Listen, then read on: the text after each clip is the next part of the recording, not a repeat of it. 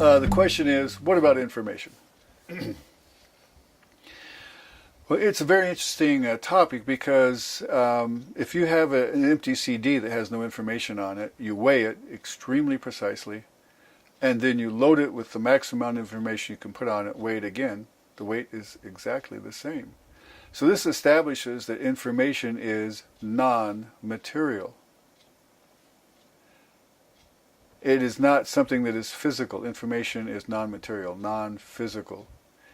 And yet evolutionists maintain that all there is in this universe is matter and energy, which are convertible to each other. So how do they explain information?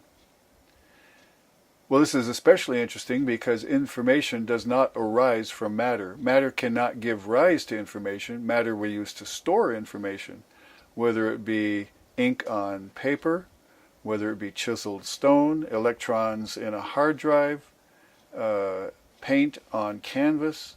There's all sorts of ways to store information, but matter cannot give rise to information. And so since information is non-material and does not arise from matter, where does it come from? It has to come from an intelligent source. Because information has these four components. The first one is code. Now that code may be the English alphabet, it might be the Hebrew alphabet, the Russian alphabet, it may be the kanji of the Chinese, it may be Morse code, it might be, there's ASCII, computer code. There's so many different kinds of code. But that code is used to convey meaning because we associate certain characters or figures or features of the items in the code with objects, individual objects, so that provides the meaning from the code.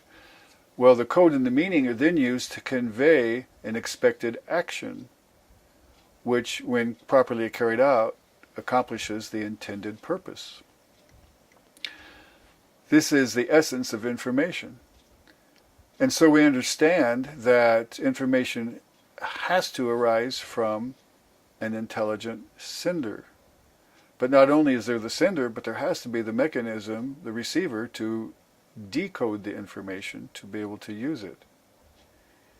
And so not only is coding used to convey information, it's also used to hide information, such as the U.S. forces used the Navajo code talkers in World War II, for example.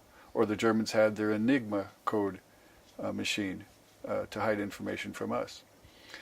So the problem is that time and chance do not give rise to information, no matter how much time and how much chance. And this is the essence of the evolutionary thought process, that the impossible becomes improbable, the improbable becomes possible, and the possible happens. That's their mantra for evolution happening, because they understand that the events required for it to occur are so unlikely. That's why they insist on these eons of time that simply don't exist.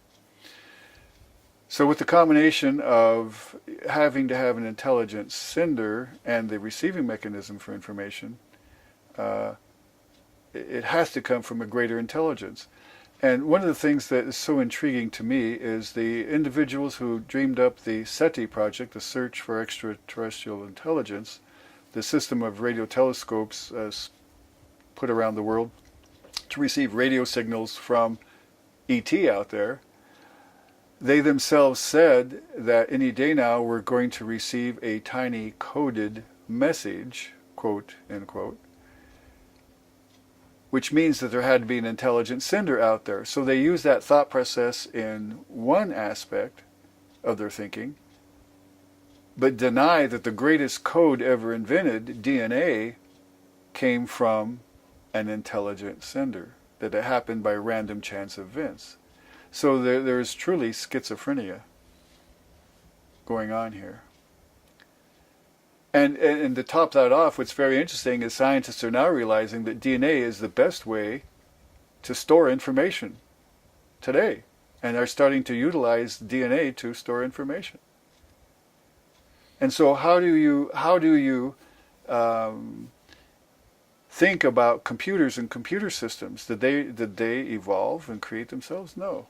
They had to have an intelligent sender, an intelligent intelligence to create not only the hardware but the software as well.